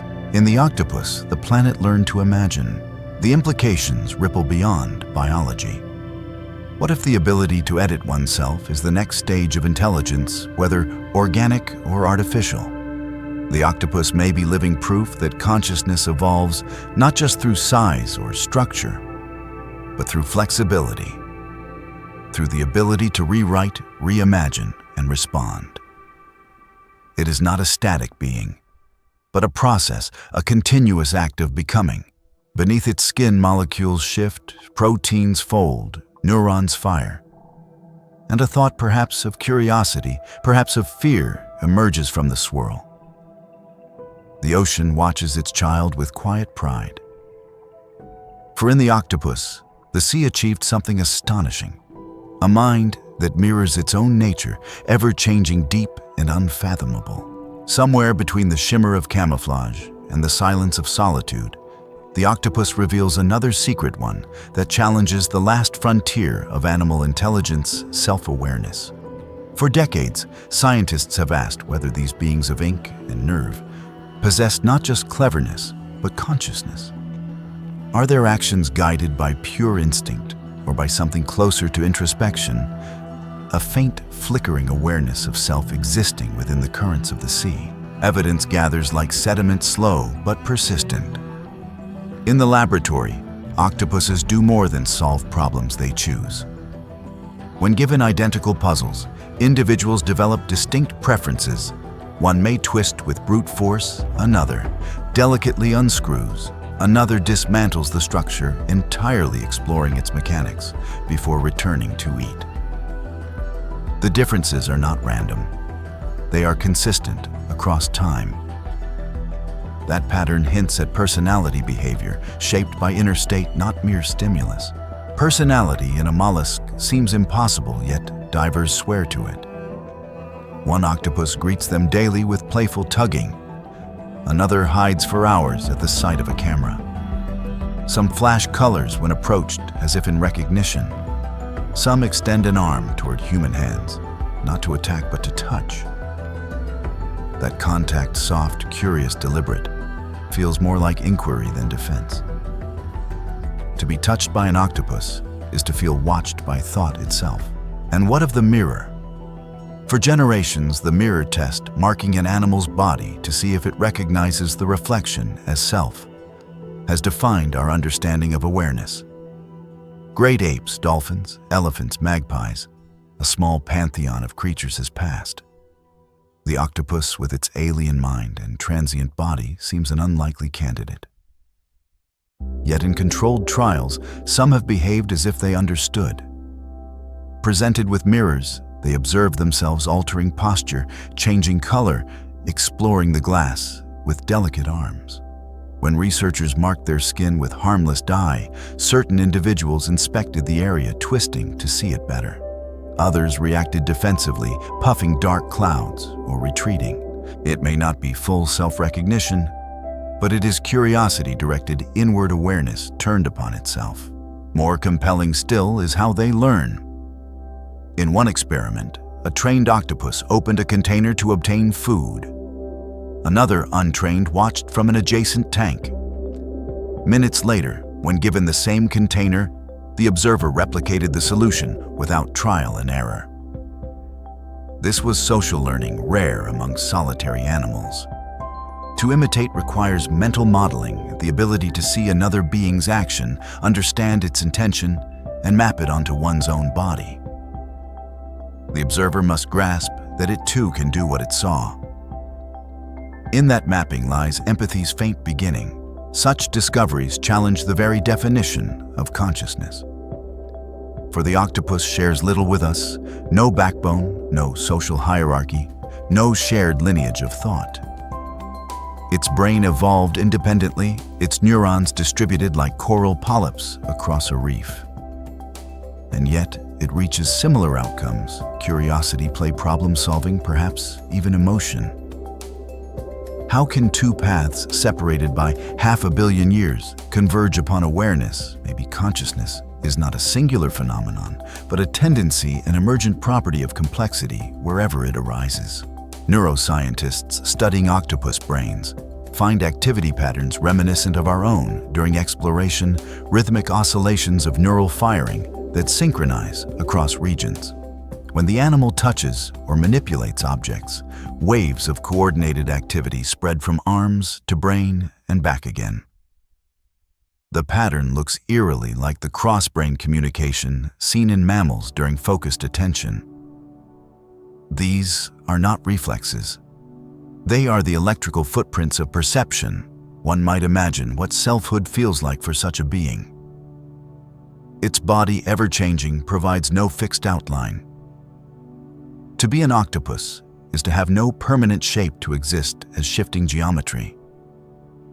Perhaps its sense of I is not a boundary, but a current, a moving awareness that flows through arms, merges, divides, reforms. Where we think in still frames, the octopus may think in motion. Self-awareness then might be fluid awareness identity, as rhythm, not reflection.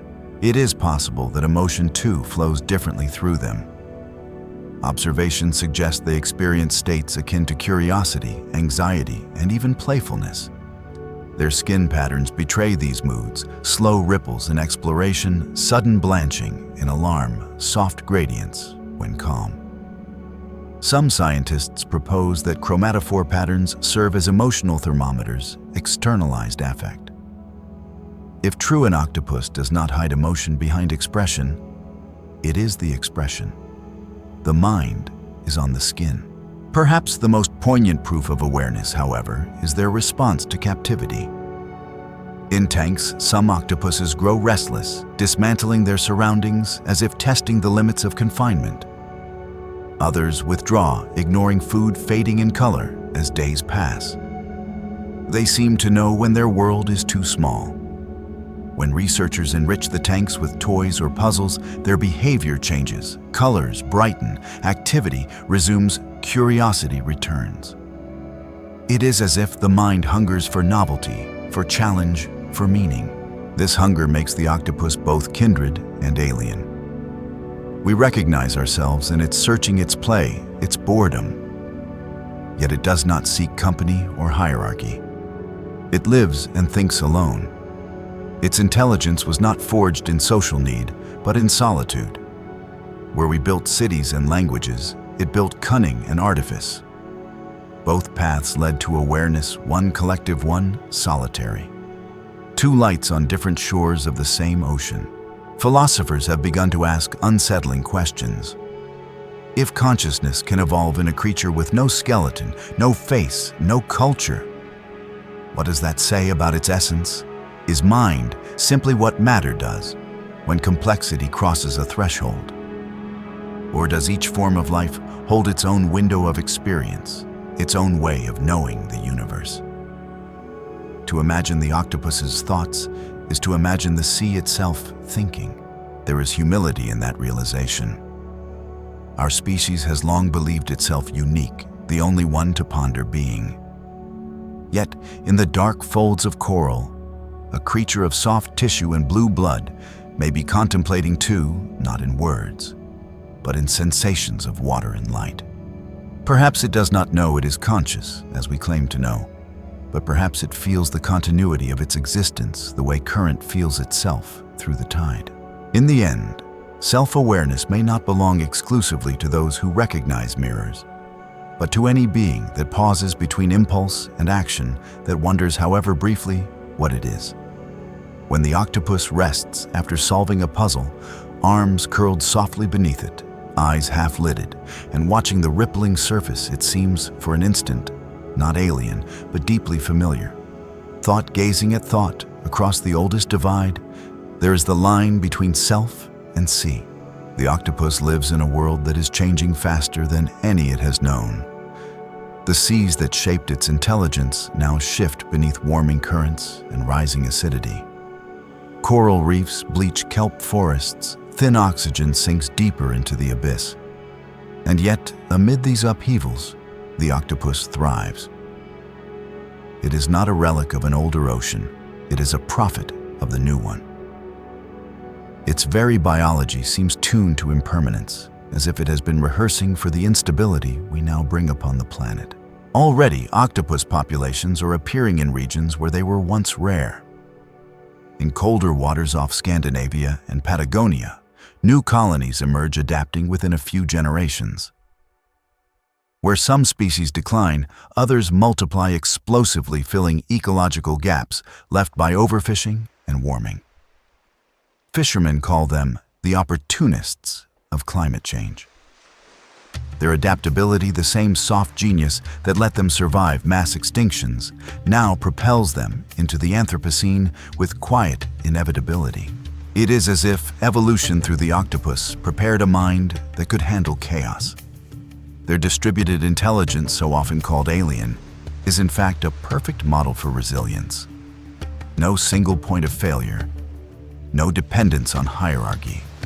Every arm capable of solving its own problems, yet all connected through a central awareness.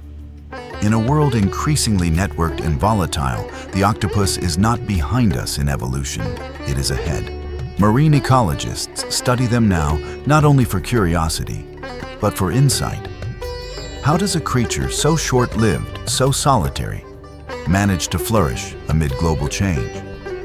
The answer lies in speed of learning and breadth of adaptability. Octopuses do not rely on inherited culture or long lifespans. Each generation reinvents itself, learning directly from the sea. They are evolution-accelerated intelligence rebooted every season. Where long-lived animals may falter in rapid transitions, the octopus simply shifts. Even their physiology offers clues. Their copper-rich blood, efficient in low oxygen, suits the deoxygenated zones spreading across modern oceans. Their capacity for RNA editing allows quick adaptation to temperature fluctuations. Some species adjust their camouflage palettes as coral colors fade, recalibrating the art of invisibility in real time. Others migrate to deeper, cooler waters, their chromatophores shimmering in dim blue as if rehearsing for a darker century. Humanity, meanwhile, struggles with the same conditions: rising temperatures, shifting ecosystems, diminishing predictability. To study the octopus is to glimpse a possible path forward intelligence that does not resist change, but flows through it. Its survival does not depend on dominance, but on flexibility, on knowing when to yield. The octopus does not fight the current. It reads it, interprets it, becomes it. There is wisdom there, a philosophy written in motion. In the laboratories of the future, scientists design soft robots inspired by its form. Flexible machines with no rigid skeletons, capable of squeezing through ruins or deep sea vents, responding intuitively to environment. Their limbs, modeled after octopus arms, operate autonomously, yet harmonize under shared control. Algorithms mimic the distributed intelligence of cephalopod nerves. The line between biology and technology blurs, and somewhere within that synthesis, the octopus's legacy continues. It teaches us how to think in networks, not hierarchies, how to let decision flow outward like water. Its influence spreads even further. In neuroscience, the octopus becomes a template for studying decentralized cognition, how intelligence might emerge without central command. In philosophy, it inspires new definitions of mind as something fluid, not fixed, a dance of feedback rather than a throne of thought. Some even see in it a mirror of the digital age, a creature of many inputs, many outputs, no single voice, yet immense awareness. The octopus may not use electricity and code, but it is a living algorithm millions of years ahead of our machines. And still, for all its adaptability, it remains vulnerable. The plastic we discard becomes part of its world, fragments, mistaken for shells, microplastics, drawn into gills. Pollution seeps into its tissues, heavy metals accumulate in its blood. Its intelligence can solve puzzles, but not the one we've created in its home. When the ocean turns toxic, there is nowhere left to vanish, no ink dark enough to hide behind. Its soft brilliance may yet outlive us, or it may vanish first, our mirror dissolving before we recognize what it reflected. If the octopus foretells the ocean's future, that prophecy comes with warning as well as hope. It thrives in flux, but even it cannot adapt beyond the breaking point. Temperature rises, currents alter, pH drops, and at some threshold, chemistry itself betrays life. The very properties that make intelligence possible, neural conductivity, metabolic balance, begin to fail. For all its alien resilience, the octopus is still a child of Earth's physics. Its grace depends on equilibrium, and yet there is a quiet optimism in its presence. The octopus shows us that intelligence does not require permanence to matter. It teaches that adaptation can be beauty, that survival can be art. Its mastery of impermanence, its calm within change, may be the most profound form of wisdom left in the ocean. Where humanity fears instability, the octopus dances in it. Where we cling to structure, it melts through it. Picture it then in the twilight waters of tomorrow. Currents, warmer reefs, sparser light, more diffuse. The octopus moves among ruins of coral like a ghost among memories, its skin shimmering not with fear but curiosity. It explores, learns anew, adjusts. Its arms trace the contours of this altered world, and within those motions glimmers the same defiant intelligence that carried it through 5 mass extinctions. Perhaps when the last human dives into the sea, centuries hence, they will find it still there, pulsing beneath the waves, a thought made of water, outliving our empires. It will not mourn us. It will only continue to become what it must. And in its patient protean grace, it will remind whatever life remains that survival is not the opposite of change, but its purest expression. The octopus does not leave fossils of bone or monument. Its legacy is written in motion, in fleeting gestures that dissolve into sea. Yet, in its quiet, mutable existence, lies something enduring, a reminder of what mind can be when freed from permanence. Every arm that explores, every color that ripples across its skin, every moment of awareness, flickering between ink and light, adds to the long memory of the ocean itself. The octopus is not a creature apart from that memory. It is the memory made soft and alive. When one dies, there is no grave, no carcass left for ages to find. The currents take it gently, unraveling the body back into its elements: amino acids, salt, pigment, copper. What remains is not absence, but return. This is the sea's version of immortality, dissolution as continuation. The octopus lives again not through lineage of mind or myth, but through the chemistry of tides. The cycle has no sorrow, it is only motion sustained. To think of its life in human terms, intelligence, mortality, awareness, is to flatten something vaster than metaphor. The octopus does not cling to being. It lives through the rhythm of its vanishing. Its body is an event, not an object. Each movement, each act of camouflage or play or thought arises and disappears like a wave, forming and collapsing upon itself. Perhaps that is why it feels so ancient, because it behaves as the ocean does, thinking through impermanence, feeling through flux. When divers describe encounters with octopuses, their voices often soften as if recounting a meeting with something sacred. The animal appears, color pulsing gently across its skin, eyes luminous and watchful. For a moment, there is connection, brief but profound. Then, in a swirl of motion, it is gone. The diver's surface is changed, holding only memory, wondering if they have glimpsed the ocean thinking about itself. This sense of communion has long haunted our species. We build myths around the octopus because it defies the binaries we cling to: mind versus body self versus world permanence versus change. In its liquid intelligence, these opposites dissolve. The creature's softness contains strength. Its solitude holds connection. Its mortality births renewal. It is both scientist and dream predator and philosopher, an embodiment of nature's refusal to be one thing only. If the sea has a mind, then the octopus may be its neuron, a single spark within the planetary network of water and life. Its distributed brain, its shimmering awareness, its constant rewriting of itself all echo the patterns of the sea. The tides pulse as its blood does. The currents flow as its thoughts do. It is no accident that we find its image everywhere, in folklore, in art, in the architecture of imagination. We recognize in it the same pattern we sense within ourselves: consciousness, fleeting yet profound, fragile yet infinite in depth. Some scientists now suspect that octopuses may feel something akin to emotion: pleasure, curiosity, fear, even affection. One study observed individuals seeking gentle touch from familiar caretakers, pressing their suckers softly against human skin. Another recorded gestures resembling excitement during feeding or play. The mind behind those gestures is unknowable, but their authenticity is undeniable. They remind us that awareness need not mirror our own to be real. The octopus does not think like us.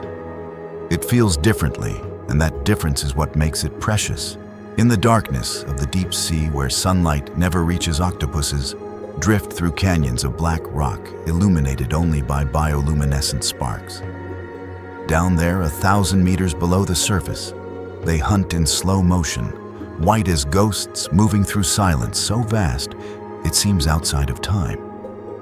These abyssal species, serrates, Dumbo octopuses, gelatinous wanderers, are living phantoms of the planet's earliest experiments. Their fins flutter like wings, their bodies transparent, their presence dreamlike. Watching them feels like peering backward through evolution's sleep. They remind us that intelligence does not always seek the surface. Sometimes it remains content in the dark, glowing from within. If we listen closely, the story of the octopus is the story of Earth itself. From the first molecules that learn to sense, to the neurons that learn to decide, to the minds that learn to imagine, all life has been one long rehearsal for awareness.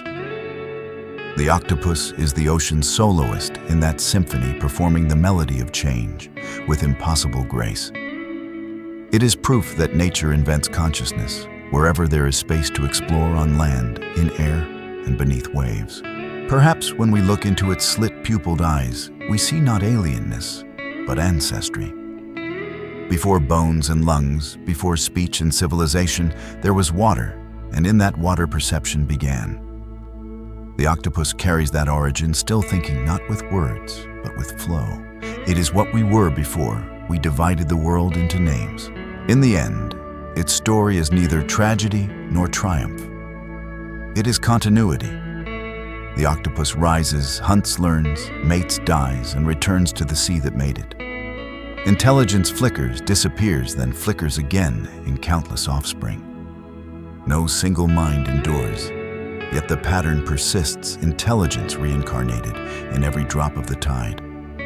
It is not immortality of the self, but of motion. So when we imagine the deep, let us remember somewhere beneath the rolling blue, an octopus is dreaming. Its skin pulses with ancient light, its arms taste the current, its neurons whisper to one another through salt and silence. The sea dreams through it, and perhaps in some distant wordless way, it dreams of us, two brief sparks of thought above the waves, reflections in a mirrored surface it will one day reclaim.